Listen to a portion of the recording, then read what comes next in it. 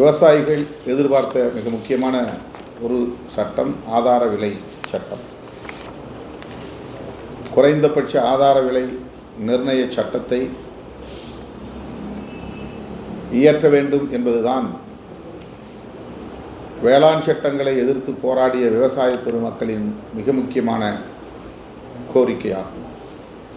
வேளாண் சட்டங்கள் அனைத்தையும் திரும்ப பெற்றாலும் கூட எங்கள் போராட்டம் தொடரும் என்று விவசாய சங்கங்கள் அப்போது அறிவித்தன. அதற்கு காரணம் இந்த குறைந்தபட்ச ஆதரவு அல்லது ஆதார விலை சட்டம். அதை இயற்ற வேண்டும், இல்லையே எங்கள் போராட்டம் தொடரும் என்று அப்போதே விவசாய சங்கங்கள் அறிவித்தன. ஆனால் இந்த நிதிநிலை அறிக்கையிலாவது அது தொடர்பான அறிவிப்பு வெளியாகும் என்று விவசாய பெருங்குடி மக்கள் இந்திய அளவிலே வெகுவாக எதிர்பார்த்திருந்தனர். ஆனால் விவசாயிகளையும் ஏமாற்றுகிற ஒரு பட்ஜெட்டாக இந்த பட்ஜெட் இருக்கிறது. விவசாயிகள் இன்னும் யூரியா என்கிற உரத்தை அதிக விளைச்சலுக்காக பயன்படுத்தி வருகிறார்கள். அவர்கள் பயன்படுத்தக்கூடிய யூரியா நைட்ரஜன் மூலம் தயாரிக்கப்படுவதை நாம் அறிவோம். அந்த நைட்ரஜன் மீது வரி உயர்வை இந்த அரசு திணித்திருக்கிறது. இதன் மூலம் விவசாயத்திற்காக பயன்படுத்துகிற யூரியாவின் விலை உயரும். அவ்வாறு யூரியா விலை உயர்ந்தால் அது விளைச்சலை பாதிக்கும்.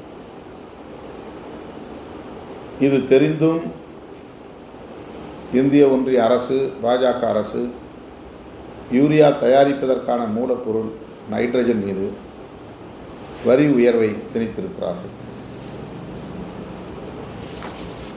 இப்படி விவசாயிகளுக்கு எதிரான ஒரு பட்ஜெட், விளிம்பு நிலை மக்களுக்கு எதிரான பட்ஜெட்,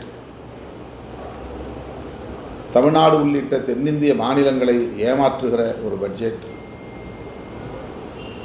வாக்களிக்காதவர்களுக்கு நாங்கள் ஏன் நிதி ஒதுக்க வேண்டும் என்று கருதி தமிழ்நாட்டில் எங்களை அங்கீகரிக்கவில்லை, தென்னிந்திய மாநிலங்கள் எங்களை ஏற்கவில்லை,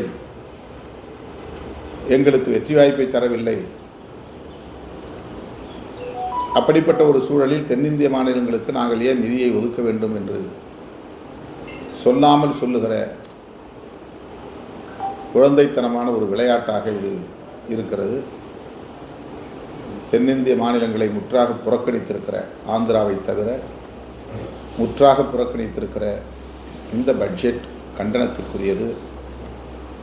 இது இரு மாநிலங்களுக்கு ஆதரவாக அல்லது இரண்டு தோழமை கூட்டணி கட்சிகளுக்கு ஆதரவாக அல்லது அந்த கட்சிகளின் அழுத்தத்திற்கு அச்சப்பட்டு தயாரிக்கப்பட்ட ஒரு பட்ஜெட்டாக இது இருக்கிறது. மொத்தத்தில் இது அனைவரையும் ஏமாற்றுகிற மக்கள் விரோத பட்ஜெட். ஸோ ஓட்டு போட்டவங்களுக்கு மட்டும்தான் நரேந்திர மோடி பிரதமரா, இல்லை ஓட்டு போடாத மக்களுக்கு அப்போ நரேந்திர மோடி பிரதமர் இல்லையா? அப்படிப்பட்ட ஒரு அணுகுமுறையாகத்தான் பிஜேபியின் அணுகுமுறை இருக்கிறது. இந்த பட்ஜெட் அதைத்தான் உணர்த்துகிறது. வாக்களிக்காதவர்களை இந்தியர்களாக இவர்கள் கருதவில்லை என்றுதான் இந்த புறக்கணிப்பின் மூலம், இந்த ஓரவஞ்சனை அணுகுமுறையின் மூலம் அறிய முடிகிறது. பீகார் போன்ற மாநிலங்களுக்கு அதிக நிதி ஒதுக்கீடு செய்வது எதை காட்டுகிறது? ஏன்னா அரசு அமைக்கிறதுக்கு பீகார் மாநிலத்தை சார்ந்த நிதிஷ்குமார் கட்சியும் ஆந்திரா மாநிலத்தை சேர்ந்த சந்திரபாபு நாயுடு கட்சியும் தான் ஆதரவு கொடுத்தாங்க. அது இல்லைன்னா இன்னைக்கு பாஜக ஆட்சி அமைச்சிருக்காங்க. ஸோ அந்த நன்றி கடனுக்காகத்தான் அந்த மாநிலங்களுக்கு கூடுதலாக நிதி ஒதுக்கீடு செய்து பல்வேறு திட்டங்களுக்கு இந்த நிதி அறிக்கையில் செஞ்சிருக்காங்க அப்படின்றது உங்களுடைய கருத்தா? அது நன்றி கடனாக செய்தார்கள் என்பதை விட அச்சத்திலிருந்து செய்திருக்கிறார்கள்.